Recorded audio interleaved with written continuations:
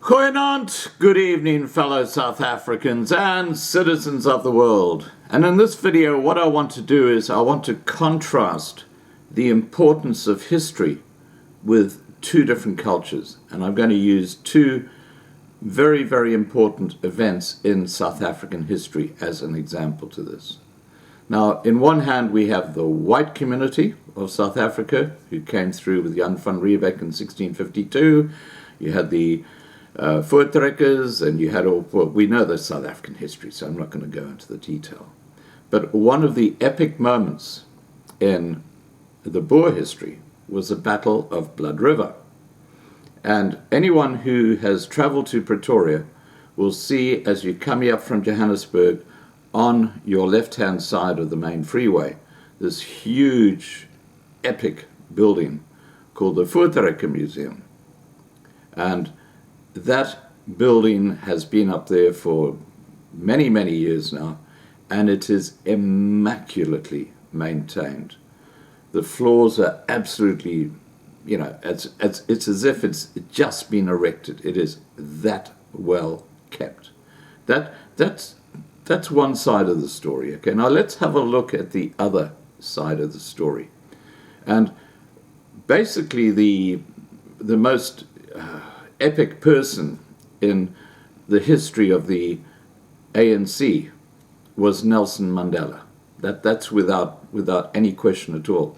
Even in Ramaphosa's State of the Nation Address last week, he referred to, guess who? Madiba, Nelson Mandela. What an important man he was. Now, if he is such an important person in the history of the ANC, don't you think that they would maintain the buildings like the museum that basically carry his name? They're like icons of Nelson Mandela or Madiba. Well, unfortunately not. This little place called Qunu, that's Q-U-N-U, and you can look it up. In fact, I suggest, if you're interested in this, just Google Qunu Nelson Mandela, and you'll see lots of links come up, including the one to his museum. And the reason I'm talking about this is because Mandela only died less than 20 years ago. So, you know, we're talking about recent history. And already the Nelson Mandela Museum apparently is in a state of disarray. And I went to TripAdvisor and I looked up those keywords, Qunu Nelson Mandela Museum, and the last comment of someone who actually tried to go to the Nelson Mandela Museum is closed for renovation. We were very disappointed as we had chosen to stay in the town so we could have time to see the museum. It is closed for renovation, and there is no set date to reopen the Nelson Mandela Museum. Now, look, at Qunu itself, Mandela's family owned two huge farms, and they're in a complete state of disarray. Nothing is grown on those farms. They used to be highly profitable, but this is just representative of what happens when you give land to people who have no interest in farming. It just goes back to being totally unproductive, which is classic again. If you're going through Qunu, I've asked my subscribers to do this, to please just take some video footage of Mandela's farms so we can actually show people around the world how they've just been neglected. This is by the ANC government that runs a country that cares diddly squat about Mandela's history. But if you're going to go to Qunu, I would be very careful. First of all, let's see what Mandela said about living in Qunu.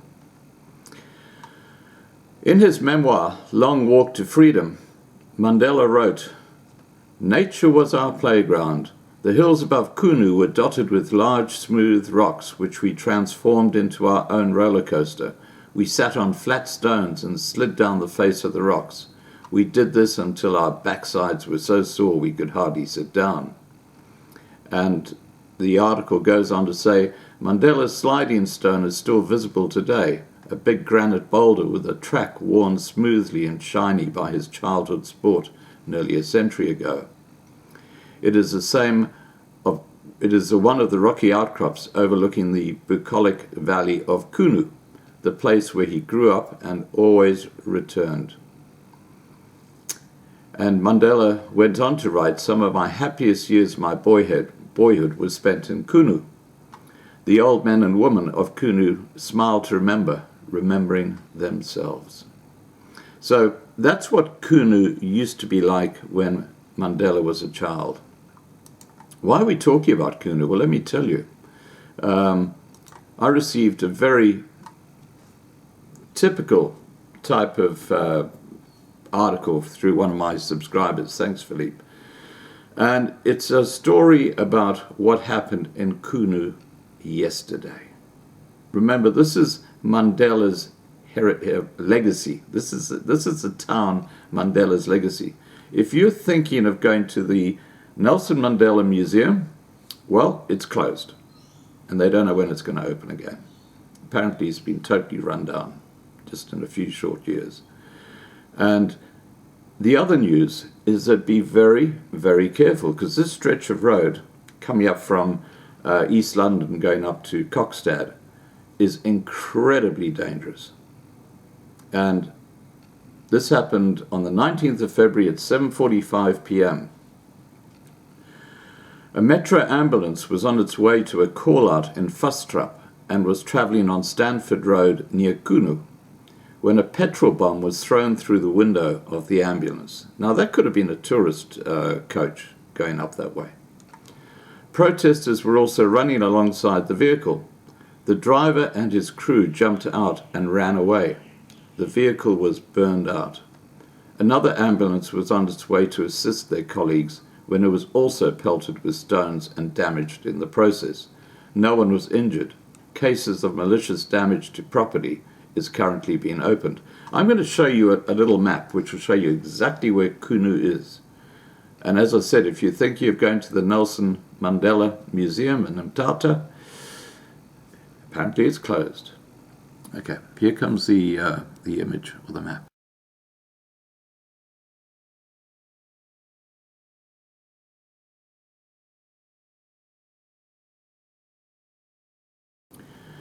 And the reason I'm really concentrating on the difference in culture here, guys, is because it really shows the chasm between the respect by the white community for their history and the respect of the, or lack of respect, of the black people for their history. And history is something that they really, it's one of those nebulous things that the African nation find very hard to get their heads around. And this is self-evident. Anyway, let's get back to the article about this ambulance. In another incident in the same area, a courier, Isuzu Baki, was hijacked by protesters and set alight. It is alleged that at about 7:50 p.m., the driver was dropping off staff at home when the vehicle was pelted with stones in William Slamet Street. The occupants abandoned the vehicle and fled on foot. The vehicle was driven away by the protesters and set alight. A case of vehicle hijacking is currently being opened. The area is very dark and the protesters are hiding in the bushes. Public order policing are in the area and are monitoring the situation. Motorists are urged to exercise caution and to use other alternative routes.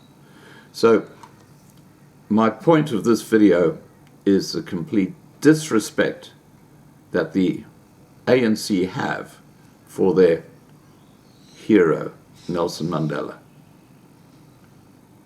That's how totally hypocritical this ANC government is. Alright guys, please remember to subscribe to be kept informed. Ring the bell for the updates. Please like this video, please share this video, and above all, please stay safe.